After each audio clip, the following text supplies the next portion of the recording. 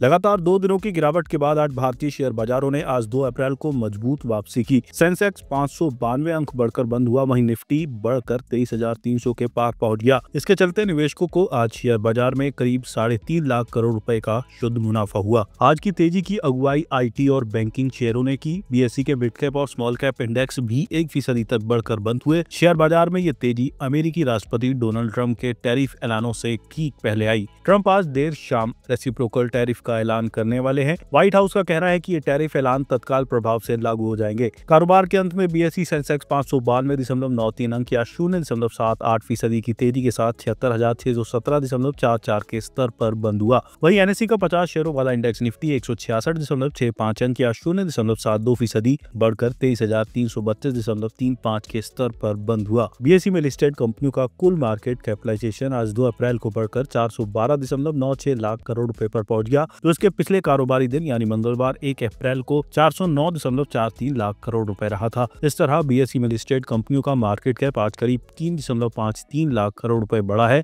या दूसरे शब्दों में कहे तो निवेशकों की संपत्ति में करीब 3.53 लाख करोड़ रुपए का इजाफा हुआ है। बीएसई सेंसेक्स के 30 में से 20 शेयर आज हरे निशान में यानी बढ़त के साथ बंद हुए। इसमें जोमेटो के शेयरों में 4.92% की सबसे अधिक तेजी रही। इसके बाद टाइटन, एंडरसन bank, Maruti Suzuki, Tech Mahindra के शेयर 2.04% से लेकर 3.73% की बढ़त के साथ बंद हुए। वहीं सेंसेक्स के बाकी 10 शेयर आज गिरावट के साथ बंद हुए हैं। इसमें भी नेस्ले इंडिया का शेयर 1.36% की गिरावट के साथ टॉप लूजर्स रहा।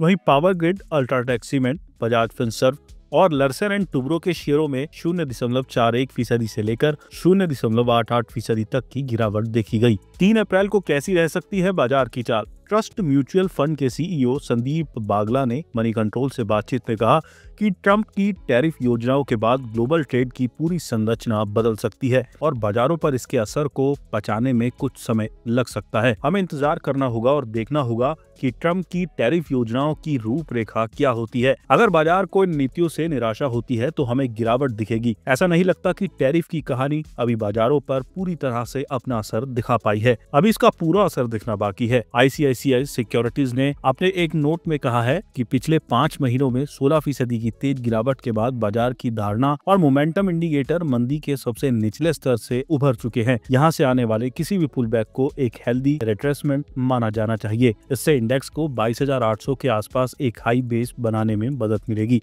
इस बात को ध्यान में रखते हुए मध्यम अवधि के नजरिए से क्वालिटी शेयरों को एक्यूमुलेट करने पर फोकस करना चाहिए। एंजल वन के समित चौहान का कहना है कि कल की गिरावट के साथ निफ्टी ने अपनी हालिया तेजी का 38.2% वापस हासिल कर लिया है। अब 23,100 के आसपास सपोर्ट ले रहा है, जो 20 DEMA और 50 DEMA भी है।